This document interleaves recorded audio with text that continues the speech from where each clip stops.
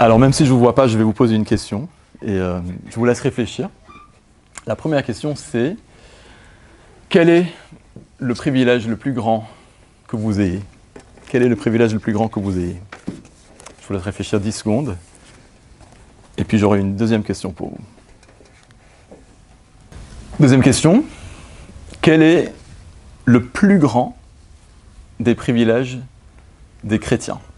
Alors peut-être que vous êtes chrétien et vous vous sentez concerné par cette question. Peut-être que vous ne vous dites pas chrétien. Et vous avez peut-être une vision des chrétiens de l'extérieur. Vous vous dites, voilà ce qui est important pour les chrétiens, voilà ce qu'ils considèrent comme une bonne chose. Est-ce qu'il y a quelqu'un de courageux qui veut nous dire quel est le plus grand des privilèges des chrétiens d'après vous? Ou un grand privilège, peut-être pas forcément le plus grand. Je vois une main au bout de la salle. Ce serait de ne pas être seul parce que Dieu est avec nous. Dieu est avec nous, on n'est pas seul. Super, merci. Oui. Donc, puisque vous m'entendez maintenant, vous n'avez plus d'excuses. Quels sont les privilèges des chrétiens? Quelles sont des raisons pour lesquelles on est heureux d'être chrétien? Jen? Paix avec Dieu. La paix avec Dieu. Donc, on est en paix avec Dieu. Super. Oui. On peut prier, ouais. Super. Oui. S'abandonner totalement à Dieu. On peut s'abandonner totalement à Dieu. Déjà du matin. Dès le matin? Ouais. Même la nuit. Je vois une main là-bas. Le fait d'être pardonné complètement de ses péchés et d'avoir la vie éternelle. Amen. Donc on est pardonné complètement de nos péchés et on a la vie éternelle. Ah. Oui. Être sur le chemin, sur le bon chemin. On est sur le bon chemin. Ouais. Romains 8, 28. Romains 8, 28. Qu'est-ce qu'il dit Romains 8, 28? Car nous savons que toute chose concourt au bien de ceux qui aiment Dieu, c'est-à-dire de ceux qui sont appelés selon son dessein. Super. Vous avez droit à un croissant après le culte. Est-ce qu'il y a d'autres bienfaits, d'autres privilèges que... Oui. Être réconcilié avec le Père. Être réconcilié avec le Père. On est en paix avec Dieu, il n'y a plus de guerre, plus d'inimitié. On est en paix avec Dieu. Oui, je vois une autre main. L'adoption. L'adoption, c'est-à-dire Devenir enfant de Dieu. Amen. Dieu est notre Père, nous sommes ses enfants. Alors, comment? Proclamer la parole. Proclamer la parole. C'est un grand privilège, non? Ça, c'est un grand privilège aussi, ouais. C'est mon privilège ce matin de vous proclamer la parole. Et dans le passage que Emma nous a lu, on entend parler d'un des privilèges les plus grands des chrétiens, à mon sens. On peut vivre en relation avec Dieu. Alors, on l'a effleuré en parlant de la paix avec Dieu, la réconciliation avec Dieu, la prière. Nous connaissons Dieu si nous sommes chrétiens. On peut lui parler. On voit qu'il nous écoute. On voit qu'il agit. Et c'est extraordinaire. L'auteur de cette lettre, qui est donc Jean, je vais en parler dans quelques instants, utilise le vocabulaire de la communion avec Dieu pour parler de leur relation avec Dieu. Alors quand je parle de communion, ce n'est pas un mot qu'on utilise très souvent dans le langage courant. Je ne parle pas de la messe, je ne parle pas de la première communion telle qu'elle est vécue dans l'Église catholique. Je parle d'une relation quotidienne avec Dieu, quelque chose de constant tout au long de notre vie de chrétien. Une vraie relation avec Dieu où on communie, où on vit ensemble, où on se parle, où on s'écoute, et ainsi de suite. Et quand on s'arrête pour y réfléchir, c'est un privilège immense. Le Dieu qui a tout créé, qui est au-dessus de tout et au-dessus de tous, s'intéresse à nous et il agit en notre faveur. On aurait pu aller plus loin dans Romains 8 et dire que Dieu est pour nous. Dieu se laisse approcher. Dieu nous permet de vivre une intimité quotidienne avec lui. Et ce qu'on va voir ce matin nous invite à vivre ce privilège. Alors, quelques mots sur Jean et sur ce qu'on appelle 1 Jean, ce livre qu'on appelle 1 Jean. Jean, c'était un ami de Jésus, donc qui a vécu il y a 2000 ans. On voit dans les évangiles que Jean était très proche de Jésus. Il avait un frère qui s'appelle Jacques, qui était proche de Jésus aussi. Et Jean écrit 3 lettres que nous avons dans le Nouveau Testament. Et celle-ci, c'est la première, en tout cas dans l'ordre biblique, c'est la première d'entre elles. Jean ne précise pas à qui il écrit. Il ne précise pas les destinataires de la lettre. Mais on sait qu'il écrit pour des personnes qui croient déjà en Jésus. Donc il dit au chapitre 5, verset 13, « Je vous ai écrit ces choses afin que vous sachiez que vous avez la vie éternelle, vous qui croyez au nom du Fils de Dieu. » Donc ce sont des personnes qui croient déjà en Jésus. Et on sait aussi que ces personnes font face à une opposition. Il y a des adversaires, des personnes qui enseignent des choses qui sont fausses au sujet de Jésus. On peut parler de fausses doctrines. Et si jamais vous lisez le reste de la lettre, elle n'est pas longue, vous pouvez en découvrir plus. Mais aujourd'hui, nous allons nous focaliser sur ces... Je ne sais pas combien de versets, je n'ai pas compté. Je pense que ça fait 24 en tout. Non, 24 je pense.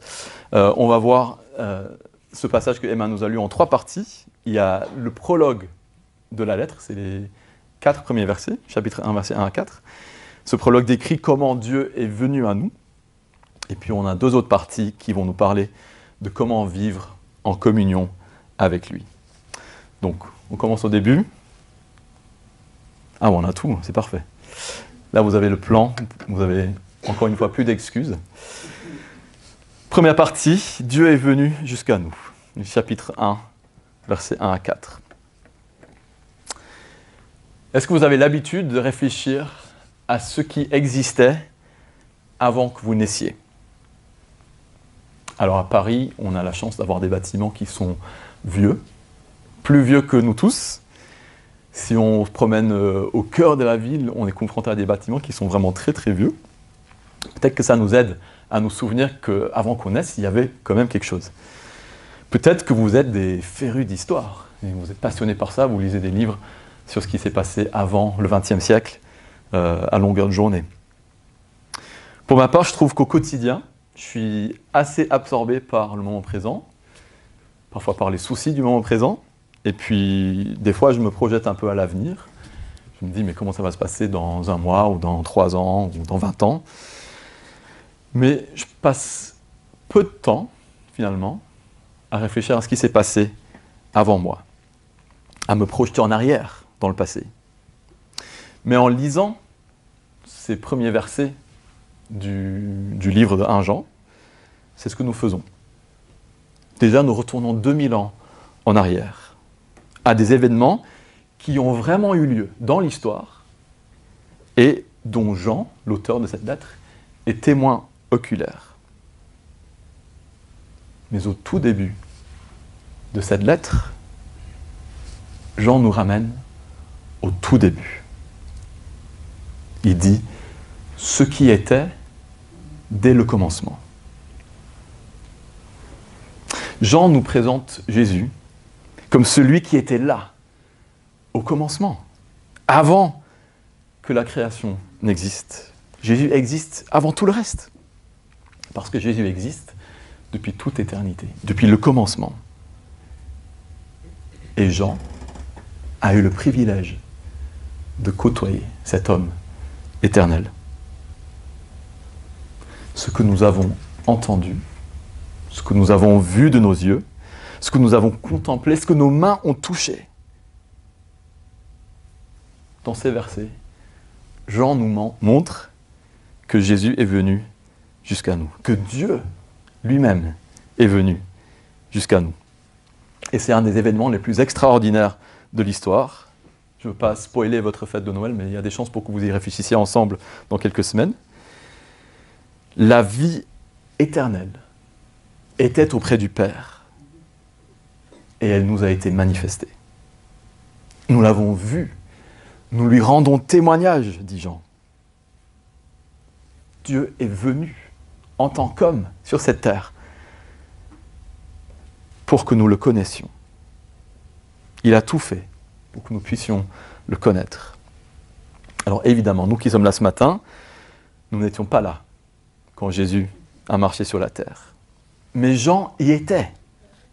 Et c'est important. Les autres témoins que Jésus a laissés y étaient aussi. Ils l'ont vu, ils l'ont entendu, ils l'ont touché. C'est de l'histoire. Jean nous annonce le Christ qui est venu dans l'histoire. Et si nous croyons, selon le verset 3, à ce que Jean dit, nous entrons en communion avec lui. Et par lui, avec le Père et avec son Fils, Jésus-Christ. C'est un grand privilège pour nous, en tant que chrétiens, d'avoir la Bible, la parole de Dieu, qui a été transmise par Jean, par les autres apôtres. Mais c'est un privilège encore plus grand de pouvoir vivre en relation avec Dieu, en communion avec lui. Alors, la communion avec Dieu, ce n'est pas un ressenti, c'est quelque chose qui repose sur des faits objectifs, sur ce que Dieu a fait pour nous. Et si nous plaçons notre confiance en Dieu par Jésus, nous avons la certitude que nous sommes en communion avec lui. Mais cela peut, j'ai envie de dire, cela doit conduire à des émotions. Jean nous parle de la joie, au verset 4. Pour Jean, c'est une joie inexprimable de vivre en relation avec Dieu. C'est sa joie de voir d'autres entrer en relation avec Dieu aussi. Est-ce que vous l'avez aussi, cette joie? Est-ce que la joie nous caractérise en tant qu'Église? Est-ce qu'elle caractérise l'Église Saint-Lazare? Puisque nous savons que nous vivons en relation avec Dieu, que nous avons la paix avec lui, que nous avons été réconciliés avec lui, nous pouvons nous en réjouir. Si nous saisissons ce que Dieu a fait pour que cela soit possible, en venant jusqu'à nous, en devenant comme nous pouvons nous en émerveiller. Alors, amis, frères et sœurs, pour saisir ce que Dieu a fait pour nous, pour vivre en relation avec lui, le point de départ, c'est les témoins de Jésus. C'est Jean, c'est les autres apôtres, c'est leurs écrits. Ce matin, on lit les écrits des apôtres. Et je vous exhorte à continuer à la maison. Alors, petit défi si vous souhaitez le relever, pourquoi pas lire le reste de 1 Jean cet après-midi. Il y a un seul match de la Coupe du Monde aujourd'hui, donc vous avez le temps. Si nous voulons aller plus loin dans notre relation avec Dieu, découvrons-le dans sa parole. Par ses écrits, certes anciens, Dieu continue à nous parler aujourd'hui. C'est sa parole vivante pour nous aujourd'hui. Laissons-nous inspirer, laissons-nous transformer par le témoignage des apôtres et nous vivrons la joie que Jean décrit ici. Ça, c'était la première partie, les versets 1 à 4 du chapitre 1. Dieu est venu jusqu'à nous. On va passer à la deuxième partie. Vivons en communion avec lui, en recevant son pardon. Quelqu'un a parlé du pardon des péchés tout à l'heure. Ça fait partie des bienfaits les plus grands que nous ayons en tant que chrétiens. Jean nous dit, au verset 5, au début de cette section, qu'il nous transmet le message qu'il a reçu du Seigneur. Et en transmettant ce message, il nous permet de vivre en communion avec lui. C'est son objectif. Il nous dit qui est Dieu. Dieu est lumière. Il n'y a pas de ténèbres en lui. Jean insiste sur la perfection de Dieu. La perfection de Dieu a des conséquences pour la communion avec lui. Premièrement, marcher dans les ténèbres, c'est un signe que nous ne vivons pas en communion avec Dieu. Si vous avez l'habitude de travailler tard, de rentrer alors que la nuit est tombée, ou si vous avez déjà l'âge pour avoir besoin de vous lever la nuit pour aller aux toilettes, ne vous inquiétez pas. Ce n'est pas le souci ici. J'en parle pas de marcher alors que la nuit est déjà tombée. Marcher dans les ténèbres, c'est un mode de vie. C'est refuser la lumière qu'est Dieu. Marcher dans les ténèbres, c'est refuser de se laisser interpeller par lui. C'est persister dans le rejet de ce qu'il dit. Et voilà pourquoi c'est incompatible avec une communion, avec une relation personnelle avec lui. Si on rejette ce que Dieu dit, on ne peut pas dire qu'on vit en relation avec lui. Deuxièmement, vivre dans la lumière, ça ne signifie pas être parfait. La lumière de Dieu révèle ce qui ne va pas dans ma vie, ce qui ne va pas dans votre vie. Ce que Dieu attend de nous, c'est que nous lui confessions notre péché. Si nous reconnaissons devant Dieu le mal que nous avons fait, que nous avons dit, que nous avons pensé, le bien que nous n'avons pas fait, il nous pardonne. Autrement dit, nous vivons en en communion avec lui. Nous venons à lui. Nous lui disons la vérité. Et il nous accueille. Et Jean dit clairement que c'est ce que tout chrétien doit faire. Nous péchons tous. Nous tournons tous le dos à Dieu en rejetant sa volonté pour nous. Et selon le verset 10 du chapitre 1, nous continuerons à pécher jusqu'au retour de Jésus. Si la parole de Dieu est en nous, elle nous le révélera. Mais Dieu nous appelle à revenir à lui, à rejeter le péché. Et il nous pardonne notre péché. Il nous purifie de toute injustice. Chapitre 1, verset 9. Vivre en communion avec Dieu, ça nous libère de nos fautes. Ça nous libère de notre culpabilité, de nos faux semblants. Nous pouvons reconnaître, dire la vérité, la réalité, et nous recevons son pardon. Alors comment le Dieu qui est lumière, en qui il n'y a pas de ténèbres, peut-il nous pardonner notre péché? Grâce à Jésus. Le sang de Jésus nous purifie de tout péché. Chapitre 1, verset 7. Jésus s'est sacrifié pour nos péchés. Chapitre 2, verset 2. Il a assouvi la colère de Dieu qui était sur nous à cause de nos fautes. Il a rendu Dieu propice à notre égard. Il nous a réconciliés avec Dieu. Il est notre avocat qui plaide en notre faveur. Chapitre 2, verset 1. Dieu est venu jusqu'à nous. Il est devenu comme nous, en tout, hormis le péché, afin de se sacrifier pour nous. Jésus rend possible la communion avec Dieu. Nous allons célébrer ça tout à l'heure, je pense. Il y a du vin, il y a certainement du pain aussi. Nous allons nous souvenir de la mort de Jésus à notre place pour nos fautes. Et Jean nous dit que Dieu est donc fidèle et juste pour nous pardonner nos péchés, pour nous purifier de toute injustice. Ce message est extraordinaire, mais il n'a jamais été facile à accepter. À l'époque de Jean, déjà, certains disaient que c'était de la folie de croire à un sauveur crucifié pour nous. D'autres trébuchaient sur le message d'un Dieu qui est venu mourir pour nous. Aujourd'hui, on aime tellement l'indépendance, voire l'autosuffisance, que ce message nous rebute. On ne supporte pas l'idée d'avoir besoin d'un autre qui viendrait nous sauver. Cela heurte notre orgueil. Mais si nous voulons vivre en communion avec Dieu, nous devons accepter le diagnostic. Notre péché est grave. Il mène à la condamnation. La sentence est la mort. Disons ces choses à Dieu. Et puis reconnaissons notre Sauveur, Jésus. Personne d'autre ne nous a sauvés. Personne d'autre n'est mort pour nos péchés. Personne d'autre n'est venu du Père pour nous le révéler, pour nous ouvrir la porte de la vie éternelle. Chapitre 1, verset 2. Alors, frères et sœurs, amis, reconnaissons que nous avons besoin de lui. En passant, Dieu sait déjà tout. On ne peut rien lui cacher, on n'a pas besoin de lui cacher quoi que ce soit. Reconnaissons nos péchés devant lui et recevons, accueillons son pardon. C'est ça, marcher dans la lumière. Et si vous n'avez jamais fait cette démarche, vous avez l'occasion de la faire aujourd'hui.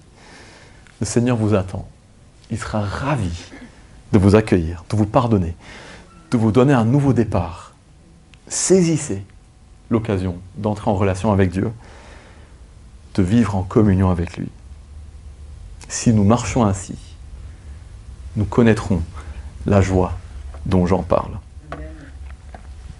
Alors, nous avons vu que Dieu est venu jusqu'à nous, que nous vivons en communion avec lui en recevant son pardon. Nous allons maintenant voir la dernière partie. Vivons en communion avec lui en gardant ses commandements. Cette dernière section décrit une autre facette de la vie en communion avec Dieu. Notre relation avec Dieu est personnelle. Elle est intime, mais elle n'est pas symétrique. Qu'est-ce que je veux dire par là ? Je veux dire que Dieu est Dieu. Et nous sommes ses créatures. On n'est pas au même niveau que Dieu. On est aimé de Dieu, on est accueilli par Dieu, on est adopté par Dieu, nous devenons ses enfants. Mais Dieu reste Dieu, et nous restons ses enfants, ses créatures. Dieu, c'est un roi parfait, un maître parfait. Il a toute autorité sur nous parce qu'il nous a créés. Et il utilise toute son autorité pour notre bien. Si nous reconnaissons cela, si nous acceptons qu'il a toute autorité sur nous, nous devons garder ses commandements. Ce qu'il nous demande de faire, ce qu'il nous ordonne de faire, c'est pour notre bien. Et c'est la preuve, selon Jean, que nous sommes entrés en relation avec lui. Chapitre 2, verset 3 et verset 5. À un niveau basique, fondamental, garder les commandements de Dieu, ça signifie vivre comme Jésus a vécu.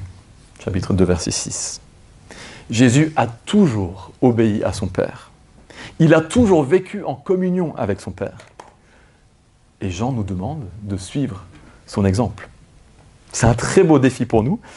Quand nous lisons les récits de la vie de Jésus, les évangiles, nous découvrons un homme unique. Personne n'a jamais vécu comme lui.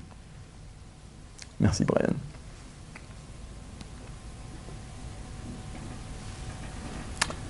Il y a un des évangélistes qui nous dit que Jésus a tout fait à merveille. La vie de Jésus nous attire quand nous la lisons dans les évangiles. À nous de devenir comme lui, avec l'aide de Dieu. De marcher à la suite de Jésus. Prions pour que Dieu nous aide justement à relever ce défi. Qu'il fasse de nous des représentants du Christ. Partout où il nous envoie. Dieu nous donne son esprit. Dieu nous donne sa parole, il nous donne son Église. Il veut nous transformer. Et il veut nous équiper pour vivre cette vie. Alors, une nouvelle question pour vous. Dans les écrits de Jean, vous pouvez penser à son évangile et puis à ses 3 épîtres, même à l'Apocalypse si vous voulez. Quel est le commandement par excellence que nous trouvons ? Aimez-vous les uns les autres. Aimez-vous les uns les autres. Le commandement d'aimer son prochain comme soi-même remonte à quand ? Où est-ce qu'on trouve le commandement « Aime ton prochain comme toi-même » pour la première fois dans la Bible ? Qui sait ? Où est-ce qu'on trouve le commandement « Aime ton prochain comme toi-même » ? Je vous donne un indice, c'est pas dans la Genèse, c'est pas dans l'Exode ? Alors, dans Jean, dans le chapitre Jean, il y a Ouais.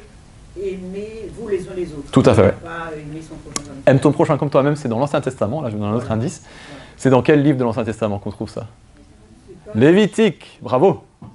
Lévitique, c'est pas que des sacrifices, hein. C'est un livre passionnant. Les sacrifices sont extrêmement importants, mais il y a aussi ce commandement qui, selon le Seigneur Jésus, est central à la vie du chrétien. Aime ton prochain comme toi-même. Donc c'est un commandement très ancien. Jean nous dit, dans cette lettre, que ce commandement n'est pas neuf.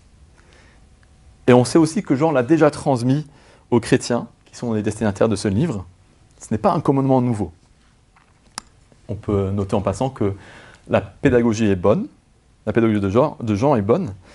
Il répète ce qu'il a déjà dit. Donc il ne faut pas vous en vouloir à vos prédicateurs s'ils vous disent des choses que vous avez déjà entendues, s'ils répètent ce qu'ils ont déjà dit, parce que c'est comme ça qu'on les intègre et qu'on les applique. Mais selon le verset 8 du chapitre 2, il y a une nouveauté à ce commandement que Jean donne. Cette nouveauté du commandement « Aimez-vous les uns les autres » ou « Aime ton frère, aime ton prochain comme toi-même », c'est peut-être lié à l'étendue, la portée que Jésus lui a conférée.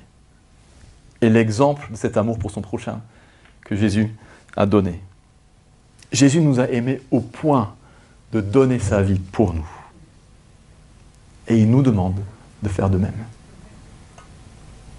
Si vous lisez la suite de la lettre, vous allez voir qu'au chapitre 3 Et 4, c'est un thème que Jean développe de manière très belle et beaucoup plus longue. Mais ici, nous voyons, dans ce que Jean dit, que ce que nous faisons, la vie que nous menons, l'amour que nous avons, révèle la véracité, ou non, de ce que nous disons. Parce que certains affirment être dans la lumière, mais par la haine qu'ils ont pour leurs frères, ils montrent qu'ils sont encore dans les ténèbres. Et inversement, si nous aimons notre frère, si nous aimons notre sœur, nous sommes dans la lumière de Dieu. Chapitre 2, verset 10. Nous vivons en communion avec lui. Ce n'est pas toujours facile d'aimer notre prochain. Même au sein de l'Église, ça peut être compliqué d'aimer nos frères et sœurs. Nous n'avons pas tous les mêmes opinions. On n'a pas tous les mêmes avis politiques. Peut-être qu'à l'époque du vaccin, c'était un sujet compliqué à l'Église Saint-Lazare, je ne sais pas. Peut-être qu'il y a d'autres sujets qui l'ont été et qui le sont encore aujourd'hui. Nous n'avons pas les mêmes personnalités, les mêmes tempéraments. Mais le Seigneur nous a laissé l'exemple de l'amour pour son prochain. Et c'est ce à quoi il nous appelle. Notre communion avec Dieu peut nous donner les ressources nécessaires pour aimer notre prochain comme nous-mêmes. Dieu nous remplit de son amour. Son esprit produit en nous le fruit de l'amour. Et nous pouvons prendre la décision de nous aimer les uns les autres, même si c'est difficile. Et nous pouvons bien sûr demander à Dieu de nous aider. Dans les versets 12 à 14 du chapitre 2, Jean marque une pause pour encourager les destinataires de ce livre. Il leur dit pourquoi il leur écrit. Les destinataires sont déjà entrés en communion avec Dieu. Leurs péchés leur ont été pardonnés à cause de Jésus. Tous ces bienfaits, tous ces privilèges qu'ils ont. Ils connaissent celui qui est dès le commencement. Ils connaissent le Père. Ils ont vaincu le malin. Ils sont forts. La parole de Dieu habite en eux. Ils sont en communion avec Jean, avec les apôtres. Ils ont une vraie relation avec Dieu.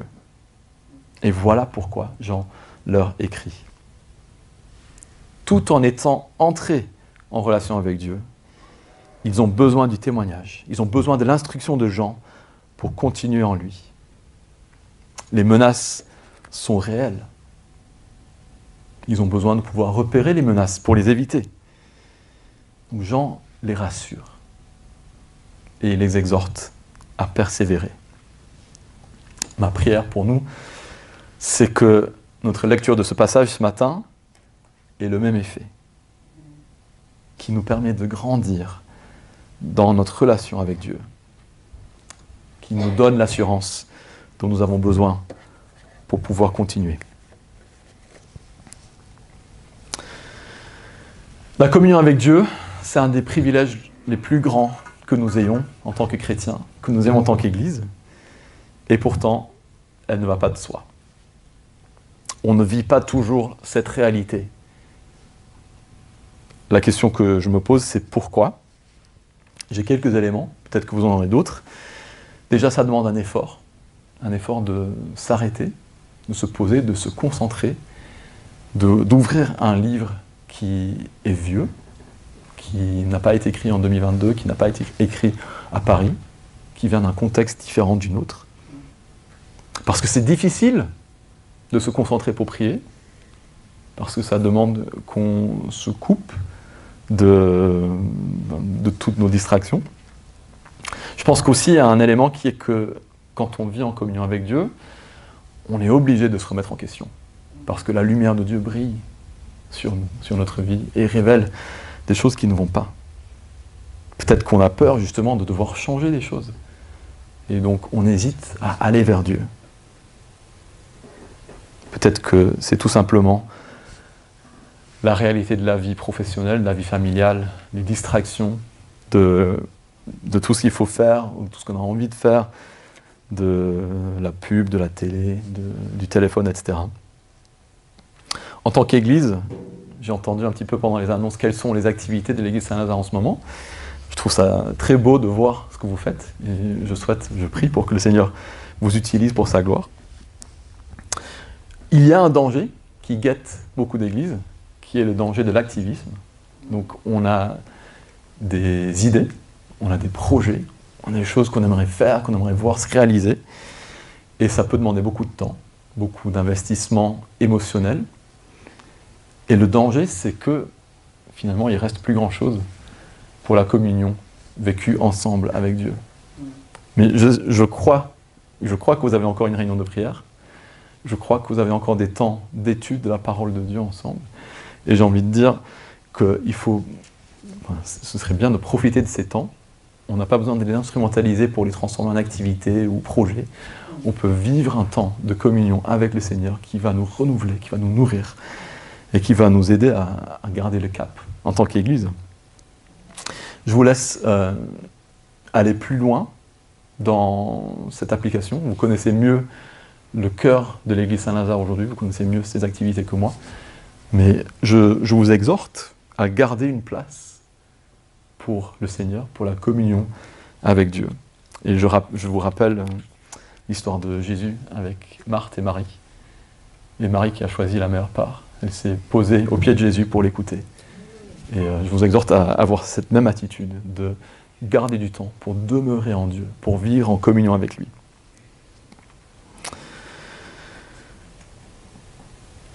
Notre privilège, selon Jean dans ces versets, c'est de connaître celui qui était, qui est et qui vient, celui qui est dès le commencement, celui qui a vécu parmi nous et qui s'est donné pour nous. Amis, frères et sœurs, je vous exhorte, parce que Dieu est venu jusqu'à nous, parce qu'il s'est donné pour nous, vivons en communion avec lui. Amen. Est-ce que je peux prier ou Ouais, super, merci. Oui, Père, nous t'adorons parce que tu nous aimes. Seigneur, nous ne le méritons pas, mais tu t'es donné pour nous, parce que tu le voulais. Tu nous as sauvés parce que tu le voulais. Seigneur, tu veux que nous vivions en communion avec toi pour l'éternité. Et nous savons que dans l'éternité, nous serons dans ta présence immédiate. Et nous aurons la joie de vivre avec toi au quotidien. Père, je te demande de nous préparer pour cela, en nous aidant à vivre une communion avec toi aujourd'hui, en nous aidant à refuser les distractions et à accepter de prendre du temps avec toi et pour toi. Seigneur, bénis cette Église. Oui, bénis ses activités. Donne-lui de vivre en relation avec toi, semaine après semaine. Merci Seigneur parce que nous pouvons persévérer avec toi, avec ton aide. Seigneur, donne de l'assurance à mes frères et sœurs et qu'ils puissent demeurer en toi. Et c'est au nom de Jésus que nous t'avons prié. Amen.